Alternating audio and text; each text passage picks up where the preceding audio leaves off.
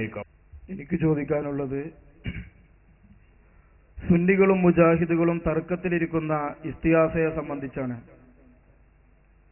സുന്നികൾ പറയുന്നു, അള്ളാഹുവിനോട് ചോദിക്കുന്നത് പോലെ അമ്പിയാക്കളോടും ഔലിയാക്കളോടും അതേപോലെ തന്നെ മമ്പുറത്തും പുത്തമ്പള്ളിയിലും മടവൂരിലും കിടത്തിയിട്ടിരിക്കുന്ന ആളുകളോട് പോയി അള്ളാഹുവിനോട് ചോദിക്കുന്നത് പോലത്തെ സഹായം നമുക്ക് ചോദിക്കാം. മുജാഹിദ് വിഭാഗം പറയുന്നു, അള്ളാഹുവിനോട് മാത്രമേ നമുക്ക് സഹായം ചോദിക്കാൻ പറ്റുള്ളൂ, മറ്റൊരാളോട് നമുക്ക് സഹായം ചോദിക്കാൻ പറ്റുകയില്ല എന്ന്. എനിക്ക് മനസ്സിലാകുന്നത് വിശുദ്ധമായ ഖുർആനും തിരുസുന്നത്തും മുജാഹിദ് പക്ഷത്തിൻ്റെതാണെന്നാണ് നമുക്ക് മനസ്സിലാകുന്നത്. കാരണം അവരോടൊപ്പമാണ് ഖുർആനും സുന്നത്തും നിൽക്കുന്നത്.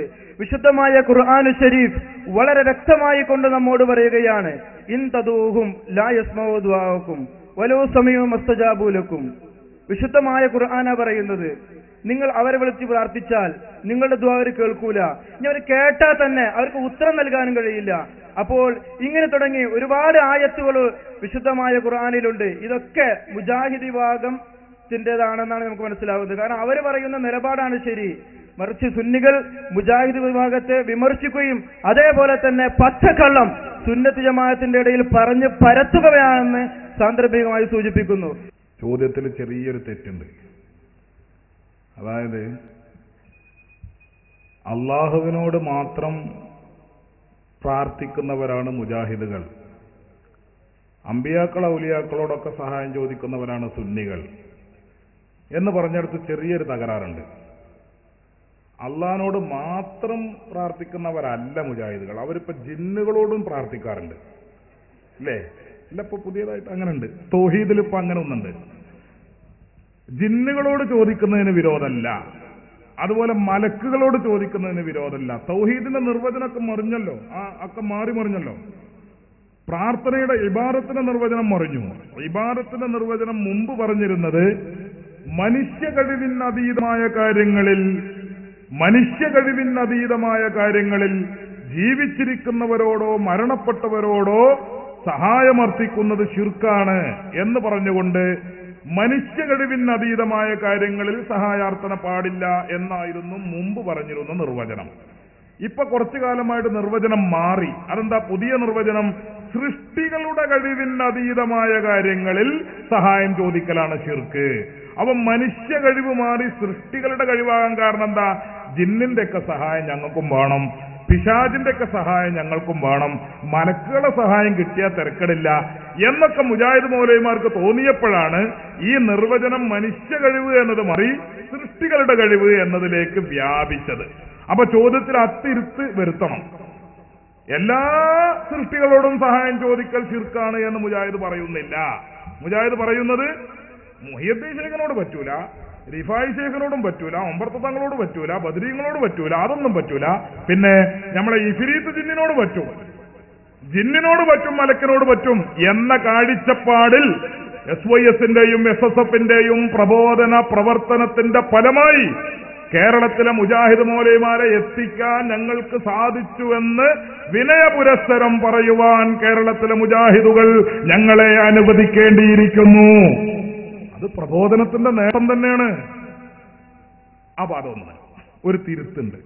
പിന്നെ രണ്ടാമത് അദ്ദേഹം പറഞ്ഞ ഒരു കാര്യം, ഖുർആനും സുന്നത്തൊക്കെ മുജാഹിദിന്റെ ഒപ്പാണ്. ഖുർആനും സുന്നത്തൊക്കെ മുജാഹിദിന്റെ കൂടെയാണ്, ജമാഅത്തെ ഇസ്ലാമിന്റെ കൂടെയാണ്. അവിടെ എനിക്ക് ചെറിയൊരു സംശയം. 1920കളിലാണല്ലോ മുജാഹിദ് വന്നത്. അതിന്റെ മുമ്പ് ഖുർആൻ ആരോപ്പേനി എനിക്ക് തിരിയണില്ല. 920ലാണല്ലോ മുജാഹിദ് വന്നത്, അല്ലെ കേരളത്തിൽ?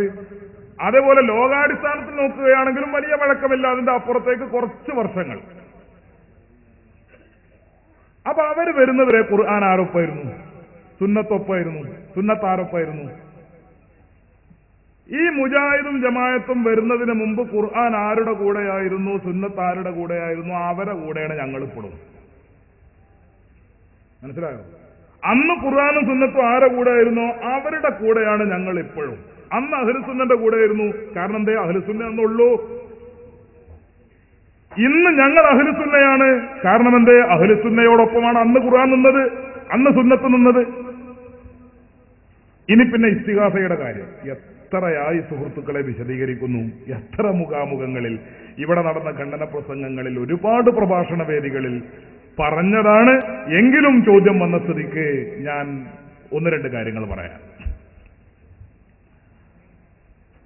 അള്ളാഹുവിന്റെ ഖുർആൻ ഇസ്തിഗാസ ചെയ്യരുത് എന്ന് പറഞ്ഞു എന്നാണ് ചോദ്യത്തിൽ സൂചിപ്പിച്ചത്. ഇൻ തദ്ഉഹും ലാ യസ്മഉ ദുആഅക്കും വലൗ സമീഉ മസ്തജാബു ലക്കും വയൗമൽ ഖിയാമത്തി യക്ഫുറൂന ബിശിർക്കിക്കും.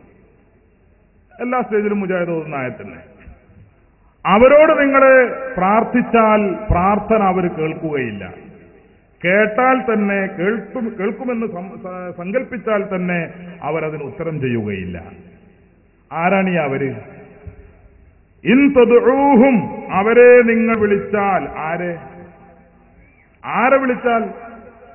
ജലാലൈനി തൊട്ട് ചെറുതും വലുതുമായ മുഴുവൻ തഫ്സീർ ഗ്രന്ഥങ്ങളിലും കാണാം ആരെ എന്ന ചോദ്യത്തിന് ഉത്തരം ഐ അൽ അസ്നാമ, ബിംബങ്ങളെ. ബിംബങ്ങളെ നിങ്ങൾ വിളിച്ചാൽ ബിംബങ്ങൾ ഉത്തരം നൽകുകയില്ല. ശരിയാണല്ലോ, ബിംബം എന്ന് പറഞ്ഞാൽ കല്ലല്ലേ. കല്ലുണ്ടോ? ചോദ്യത്തിന് ഉത്തരം നൽകുന്നു. മരക്കഷ്ണമുണ്ടോ? ചോദ്യത്തിന് ഉത്തരം നൽകുന്നു. അപ്പോൾ ബിംബങ്ങളും കല്ലുകളും, ആ ബിംബങ്ങളെയോ കല്ലുകളെയോ നിങ്ങൾ വിളിച്ചാൽ ആ ബിംബങ്ങളും കല്ലുകളും നിങ്ങൾക്ക് ഉത്തരം നൽകുകയില്ല. ഇത് ഖുർആൻ പറഞ്ഞു, ശരിയാണത്, നമ്മളും സമ്മതിക്കുന്നു. അതുകൊണ്ടാണല്ലോ ബിംബാരാധന നടത്തുന്നത് ശിർക്കാണെന്നും തൗഹീദിന് വിരുദ്ധമാണെന്നും തെറ്റാണെന്നും നമ്മൾ പറയാനുള്ള കാരണം. അപ്പൊ അതുകൊണ്ട് ആ ആയത്ത് മാത്രമല്ല, അതുപോലെ കേരളത്തിലെ മുജാഹിദുകൾ ഇസ്തിഗാസക്കെതിരെ ഓതിക്കൊണ്ടിരിക്കുന്ന മുഴുവൻ ആയത്തുകളുടെയും സ്ഥിതി അതാണ്. മഹാത്മാക്കളോട് സഹായം ചോദിക്കൽ അത് ഇബാദത്തിന്റെ ഭാഗമാണ്, അവർക്കുള്ള ആരാധനയാണ്, അതുകൊണ്ട് ശിർക്കാണ് എന്ന് സമർത്ഥിക്കുന്ന ഒരൊറ്റ ആയത്തോ ഒരു ഹദീസോ കേരളത്തിലെ മുജാഹിദ് ജമാഅത്തെ ഇസ്ലാമി വിഭാഗങ്ങൾക്ക് കഴിഞ്ഞ 80 കൊല്ലക്കാലമായി അവതരിപ്പിക്കുവാൻ സാധിച്ചിട്ടില്ല.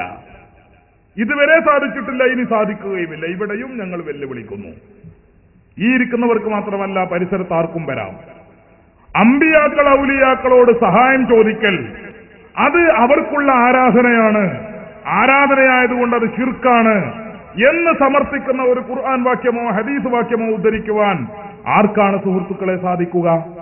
ബിംബാരാധനയെ കുറിച്ച് പറഞ്ഞിട്ടുണ്ട്, ബിംബങ്ങൾക്ക് ആരാധന ചെയ്യുന്നതിനെ കുറിച്ച് പറഞ്ഞിട്ടുണ്ട്, അവരോട് പ്രാർത്ഥിക്കുന്നതിനെ സംബന്ധിച്ച് പറഞ്ഞിട്ടുണ്ട്. അത് കേരളത്തിലെ സുന്നികൾ പല്ലും നഖവും ഉപയോഗിച്ച് എതിർക്കുന്ന ആശയമാണ്. അത് കേരളത്തിലെ സുന്നികൾ മാത്രമല്ല, റസൂലുള്ളാഹി സ്വല്ലല്ലാഹു അലൈഹി വസല്ലമയുടെ കാലഘട്ടം തൊട്ട് മുസ്ലിമീങ്ങൾ, അഹ്ലുസുന്ന പണ്ഡിതന്മാരും സാദാത്തുക്കളും ആലിമീങ്ങളും നേതാക്കളും എന്നും എല്ലാ ശക്തിയും ഉപയോഗിച്ച് എതിർത്തു വന്ന ആശയമാണ്. അതേസമയം കേരളത്തിലെ മുജാഹിദുകൾ ഇപ്പോൾ ചെയ്ത തന്ത്രം എന്താണ്? അവര് ഇസ്തിഗാസയെ ഇബാദത്തായി വേഷം കെട്ടിച്ചു. ഇസ്തിഗാസയെ ഇബാദത്തായി വേഷം കെട്ടിച്ചു. മറ്റൊരു രൂപത്തിൽ പറഞ്ഞാൽ ഇസ്തിഗാസയെ പ്രാർത്ഥനയായി വേഷം കെട്ടിച്ചു. ഇസ്തിഗാസക്ക് പ്രാർത്ഥനയുടെ വേഷം കെട്ടിക്കൊടുത്തു.